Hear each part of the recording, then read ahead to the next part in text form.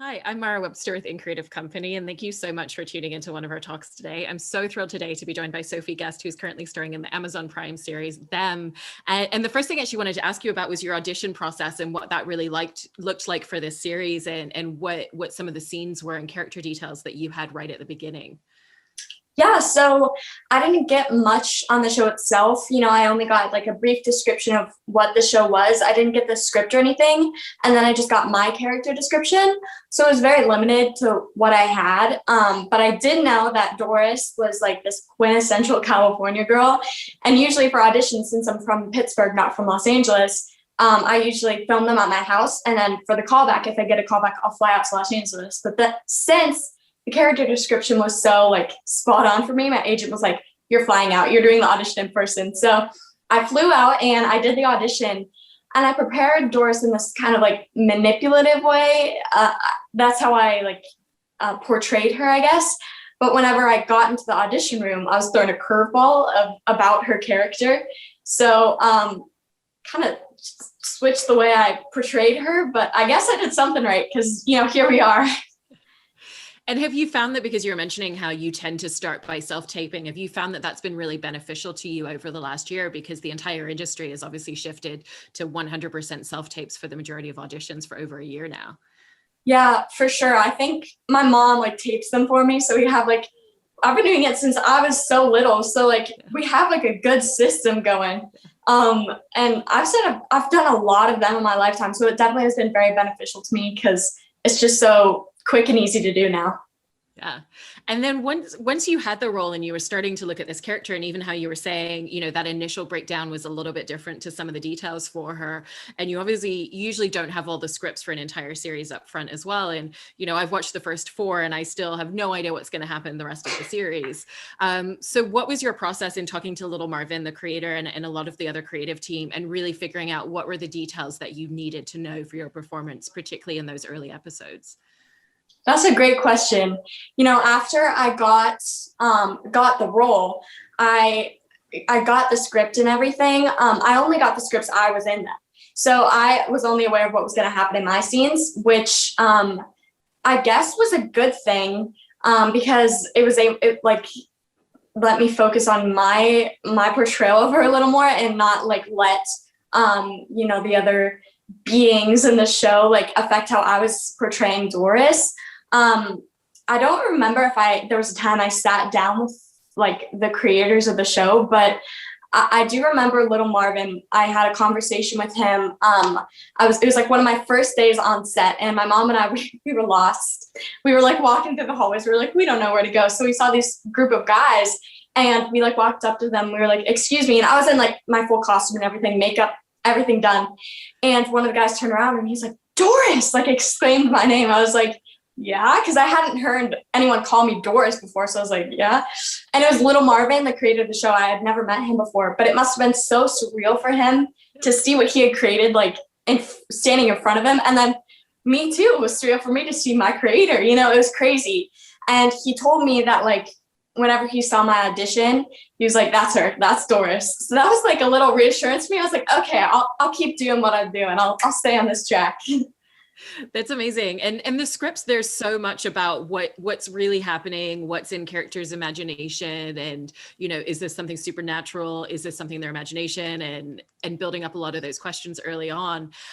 So what was the journey in just figuring out the tone of what the performances were going to be, particularly with Doris? And did that come through rehearsals or conversations right before you were shooting scenes a lot?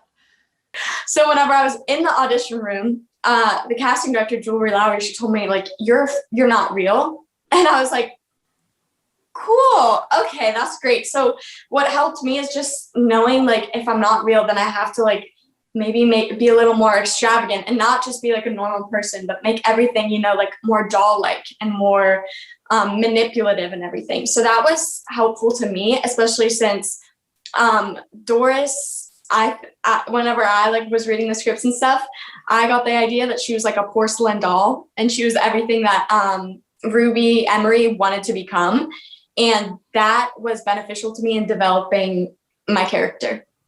Yeah. And I feel like that transcends to like a lot of elements and details that you've pulled into your performance, like the way that you look at Ruby with your eyes and the way that you deliver your speech. So how did you figure out what a lot of those details were going to be with that huge note in mind? Yeah, I think a lot of it came with just starting at a root of like what a 50s like woman or girl was, like learning how they held themselves, because it was very feminine, you cross at the ankles.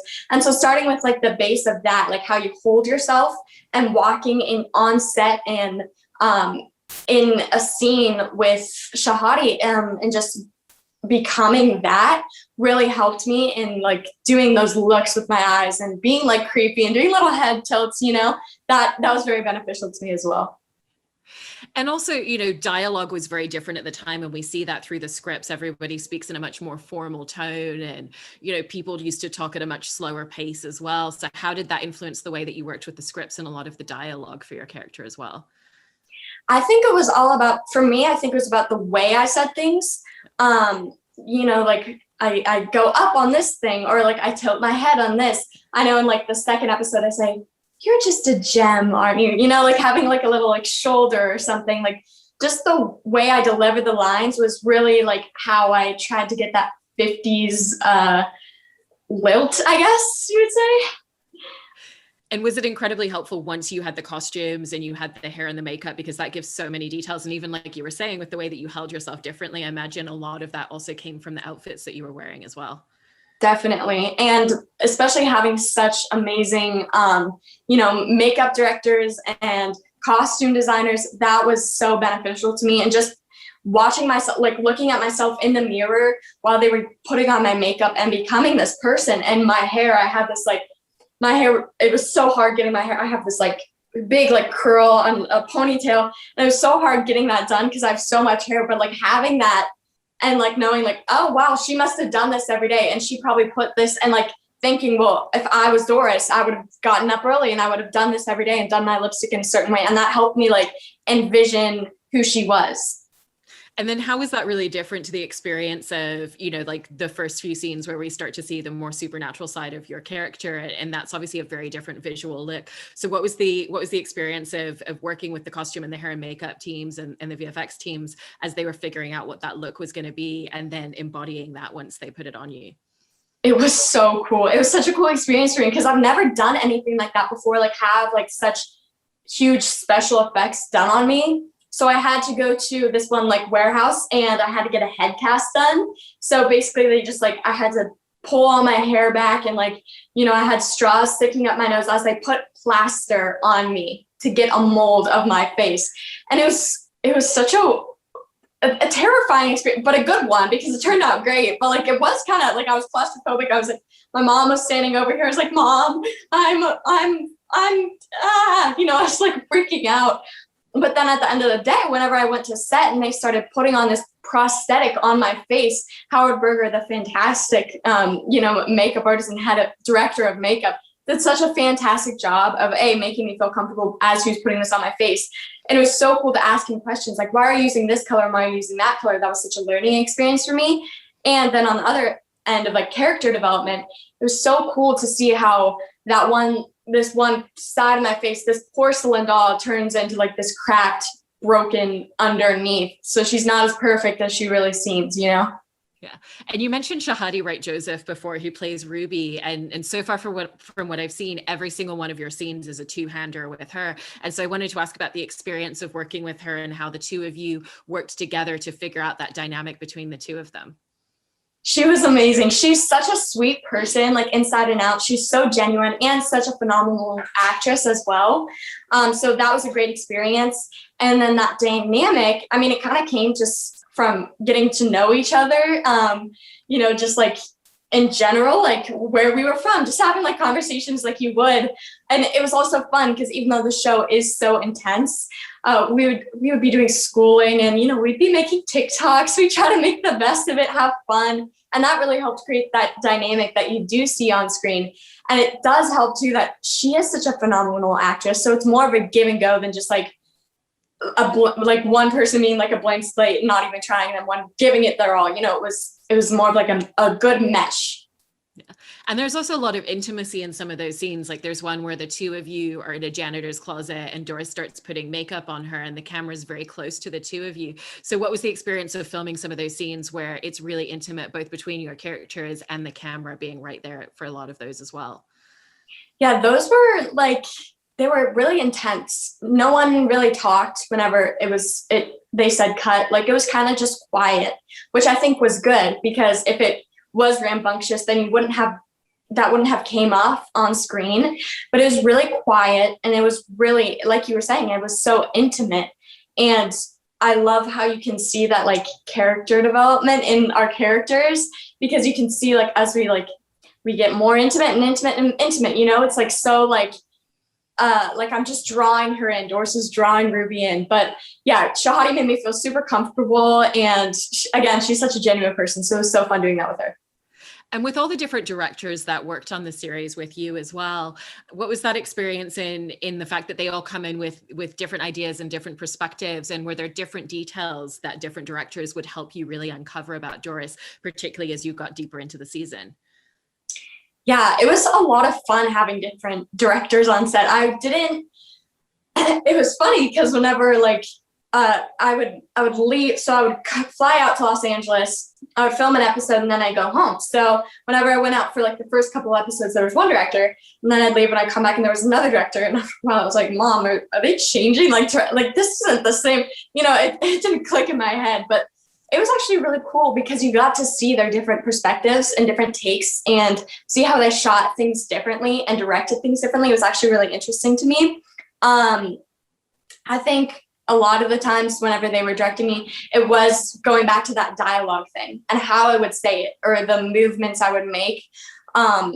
Whenever I was talking to Ruby, like talking to Shahadi, those were the kind of things that they directed me on, which was a really cool thing, because usually it's more like, I want you to feel this emotion, but they were talking about the dialogue because they all want to keep it under the 50s and not come back to like 2021 where you're saying like slang, you know what I mean?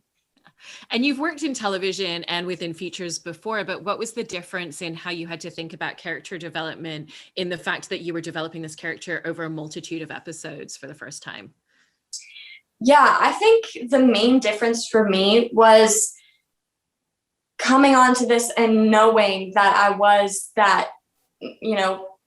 wasn't real, you know, like I knew there was going to be like character development, but because I've never had a character where I played it and I wasn't real before. So I think that played a big effect on me. But other than that, I think the character development and the way I prepare for the roles across the board is very similar. And that's how, you know, I just try to stick to the same thing. Obviously I'm trying to play different roles, but that's really worked for me thus far. So I'm trying to keep it going.